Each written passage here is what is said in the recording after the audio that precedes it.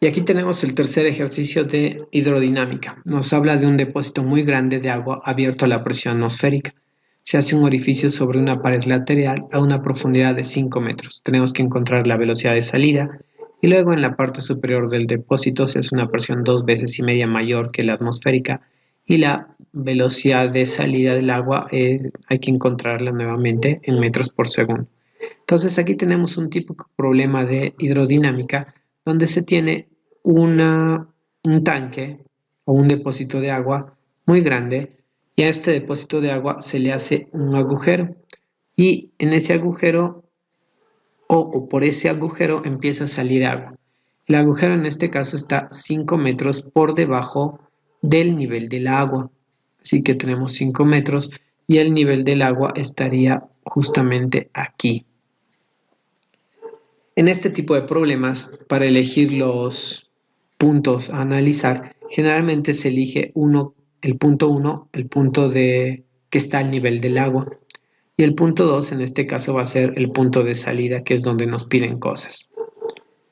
Nuevamente, para poder colocar los datos que tenemos en cada punto, nos fijamos para la altura un sistema de referencia. El mejor sistema de referencia que podemos fijarnos aquí es este, donde esta altura sea 0. Así que la altura del punto 2 será igual a 0. Luego, la altura del punto 1 será igual a 5 metros. Si hablamos de velocidades, existe una propiedad en este tipo de ejercicios. Cuando el área 1 es mucho, mucho más grande, es mayor que el área 2, se puede considerar que la velocidad del 1 es aproximadamente 0. Es decir, no vemos moverse el nivel del agua muy rápido, por lo tanto la velocidad 0 no es 0 en realidad, pero se puede aproximar a 0. Así que como dato tendremos que la velocidad en el punto 1 es igual a 0, porque el área del tanque es mucho más grande que el orificio por donde está saliendo el agua. Nuevamente tomamos en cuenta las presiones, así que atentos, si utilizamos presiones manométricas, tanto la presión del punto 1 que está al aire, dice esta parte del agua, y la presión del punto 2 que también ya está en contacto con el aire, la presión manométrica en ambos casos sería igual a 0. Caso contrario, si tomamos presiones totales, aquí en el punto 1 tendremos presión atmosférica y en el punto 2 también tendremos presión atmosférica. Empezamos a resolver el ejercicio. 6.1 nos habla de que encontremos la velocidad aquí abajo, así que aplicamos Bernoulli y tendríamos lo siguiente: presión del punto 1 más densidad por la velocidad del punto 1 al cuadrado sobre 2 más densidad por la gravedad por la altura del punto 1 tiene que ser igual a la presión del punto 2 más la densidad por la velocidad del punto 2 al cuadrado sobre 2 más la densidad por la gravedad por la altura del punto 2. Vemos qué cosas se pueden eliminar de nuestra ecuación de Bernoulli. Nuevamente voy a trabajar con presiones manométricas, por lo tanto esto se hace 0, esto también se hace 0 porque están en contacto con el aire. Tenemos que la altura del punto 2 es 0 también. Y la velocidad en el punto 1, por ser un área mucho más grande que la salida, también se la puede considerar como 0. Por lo tanto, la ecuación de Bernoulli o el principio de Bernoulli quedaría como densidad, gravedad por altura 1 va a ser igual a densidad por la velocidad del punto 2 al cuadrado sobre 2. Las densidades se eliminan entre sí y como tenemos que hallar la velocidad del punto 2, este 2 va a ir a multiplicar, tendríamos 2 por la gravedad que es 10, por la altura que es 5, es igual a la velocidad del punto 2 al cuadrado. Para eliminar el cuadrado sacamos raíz a ambos miembros de la ecuación y tendríamos 2 por 5, 10, por 10, 100, raíz de 100 es 10 metros por segundo, la velocidad de salida de el agua en el punto 2. Listo, y ahora hacemos lo mismo para el segundo inciso, que nos dice que la presión aquí es 2.5 veces mayor.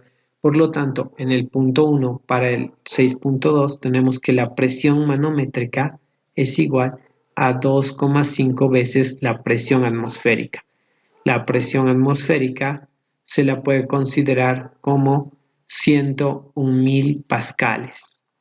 101.000 pascales o 101 kilopascales. Tomando en cuenta eso, volvemos a aplicar el principio de Bernoulli con esta nueva condición y tendríamos lo siguiente: presión en el punto 1 más densidad por la velocidad del punto 1 al cuadrado sobre 2 más la densidad por la gravedad por la altura del punto 1 es igual a la presión en el punto 2 más la densidad por la velocidad del punto 2 al cuadrado sobre 2 más la densidad por la gravedad por la altura del punto 2. Vemos qué cosas se pueden eliminar. Nuevamente recordamos que la velocidad del punto 1 se elimina porque el área es mucho más grande que el área de salida. La altura del punto 2 también se va a eliminar.